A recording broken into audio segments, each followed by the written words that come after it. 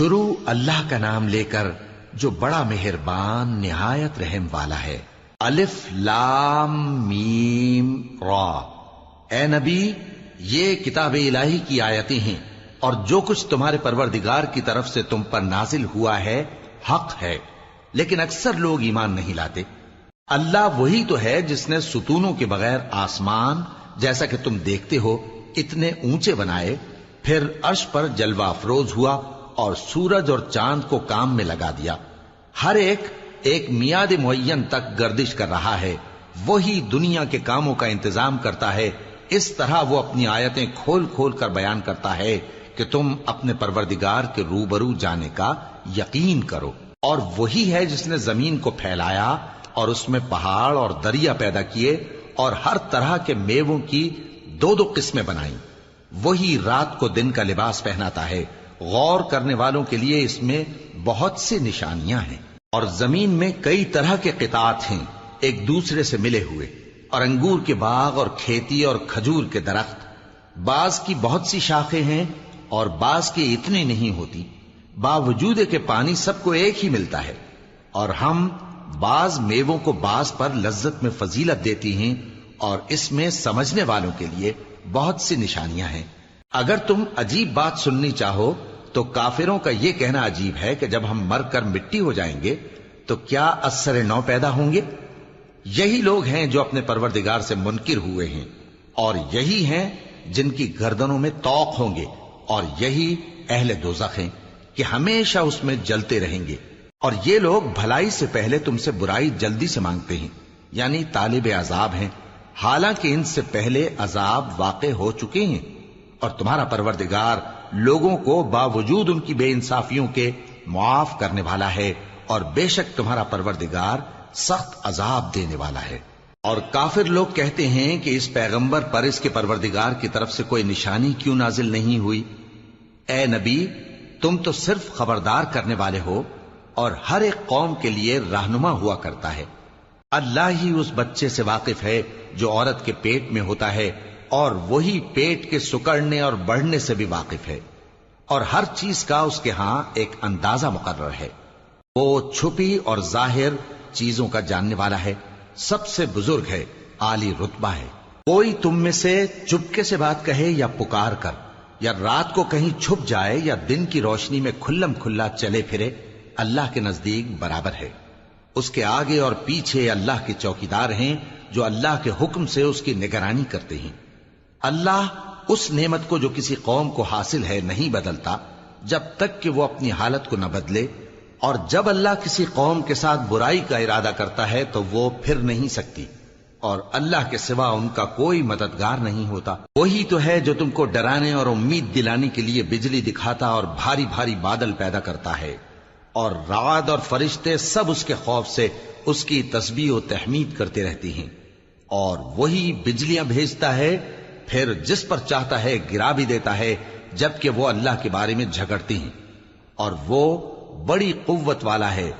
کام کا پکارنا تو اسی کا ہے، اور جن کو یہ لوگ اس کے سوا پکارتے ہیں وہ ان کی پکار کو کسی طرح قبول نہیں کرتے، مگر اس شخص کی طرح جو اپنے دونوں ہاتھ پانی کی طرف پھیلا دے تاکہ دور ہی سے اس کے منہ تک آ پہنچے، حالانکہ وہ اس تک کبھی بھی نہیں آ سکتا۔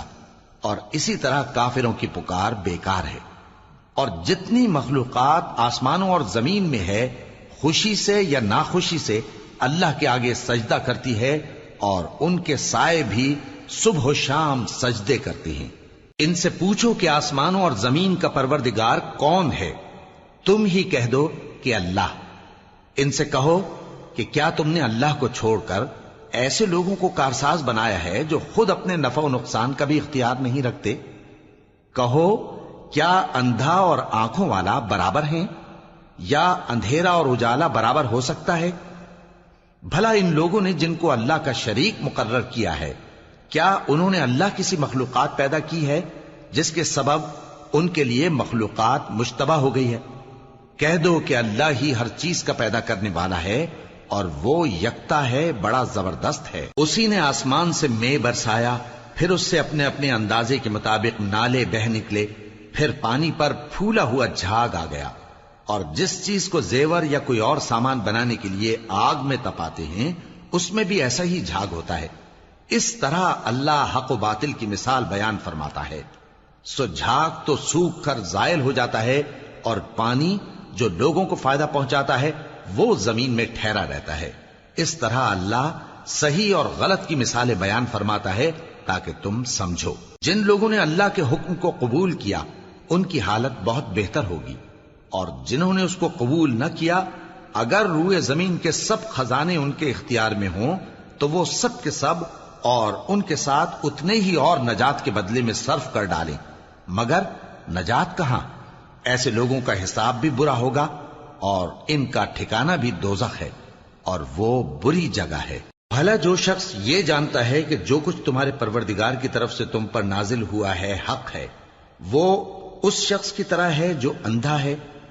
اور سمجھتے تو وہی ہیں جو عقل مند ہیں، جو اللہ کے عہد کو پورا کرتے ہیں اور قول و قرار کو نہیں توڑتے، اور جن رشتوں کے جوڑے رکھنے کا اللہ نے حکم دیا ان کو جوڑے رکھتے اور اپنے پروردگار سے ڈرتے رہتے اور برے حساب سے خوف رکھتے ہیں. اور جو اپنے پروردگار کی خوشنودی حاصل کرنے کے لیے مصائب پر صبر کرتے ہیں اور نماز پڑھتے ہیں، اور جو مال ہم نے ان کو دیا ہے اس میں سے پوشیدہ اور ظاہر خرچ کرتے ہیں اور نیکی سے برائی کو دور کرتے ہیں، یہی لوگ ہیں جن کے لیے عاقبت کا گھر ہے، یعنی ہمیشہ رہنے کے باغات جن میں وہ داخل ہوں گے.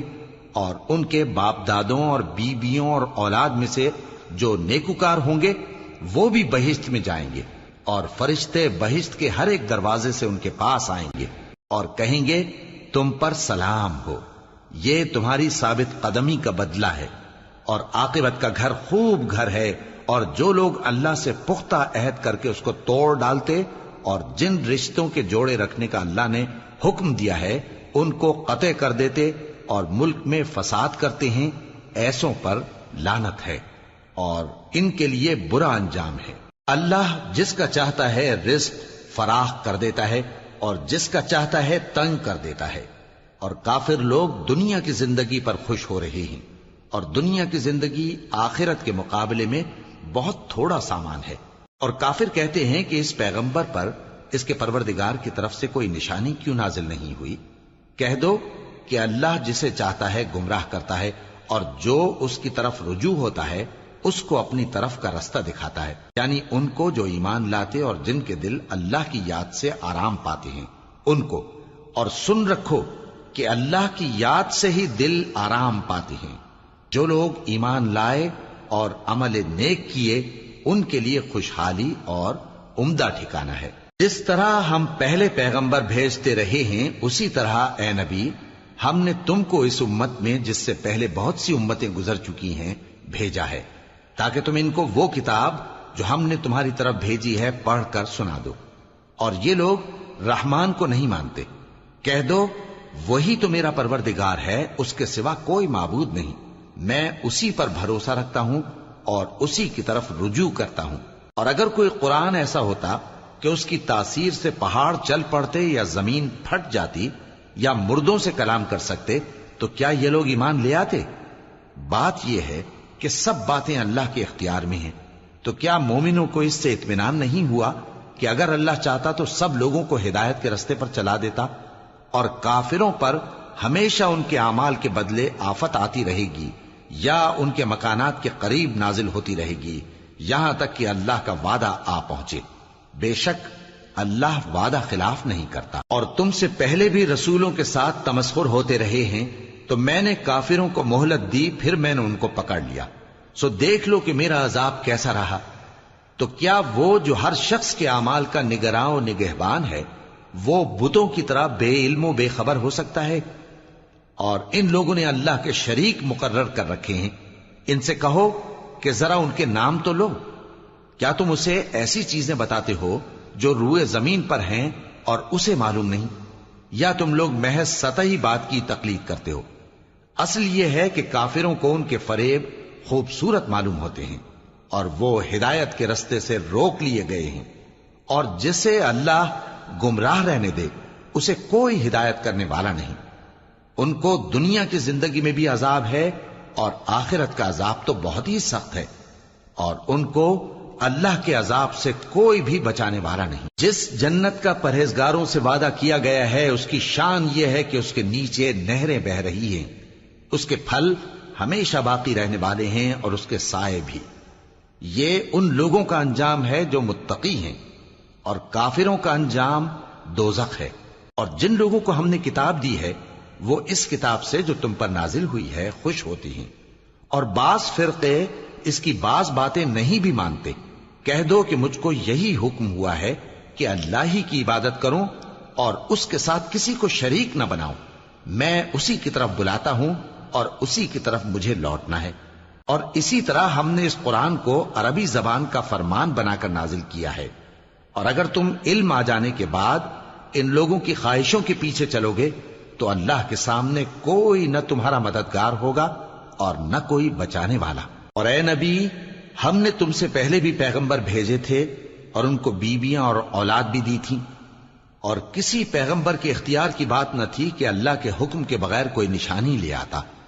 ہر حکم قضا کتاب میں لکھا ہوا ہے۔ اللہ جس چیز کو چاہتا ہے مٹا دیتا ہے اور جس کو چاہتا ہے باقی رکھتا ہے، اور اسی کے پاس اصل کتاب ہے۔ اور اگر ہم کوئی عذاب جس کا ان لوگوں سے وعدہ کرتے ہیں تمہیں دکھائیں، یعنی تمہارے روبرو ان پر نازل کریں، یا تمہاری مدت حیات پوری کر دیں، یعنی تمہارے انتقال کے بعد عذاب بھیجیں، تو تمہارا کام ہمارے احکام کا پہنچا دینا ہے اور ہمارا کام حساب لینا ہے۔ کیا انہوں نے نہیں دیکھا کہ ہم زمین کو اس کے کناروں سے گھٹاتے چلے آ رہے ہیں؟ اور اللہ جیسا چاہتا ہے حکم کرتا ہے، کوئی اس کے حکم کا رد کرنے والا نہیں، اور وہ جلد حساب لینے والا ہے۔ جو لوگ ان سے پہلے تھے وہ بھی بہتیری تدبیریں کرتے رہے ہیں، سو تدبیر تو سب اللہ ہی کی ہوتی ہے۔ ہر شخص جو کچھ کر رہا ہے اللہ اسے جانتا ہے، اور کافر جلد معلوم کر لیں گے کہ آخرت میں اچھا انجام کس کے لیے ہوتا ہے۔ اور کافر لوگ کہتے ہیں کہ تم پیغمبر نہیں ہو۔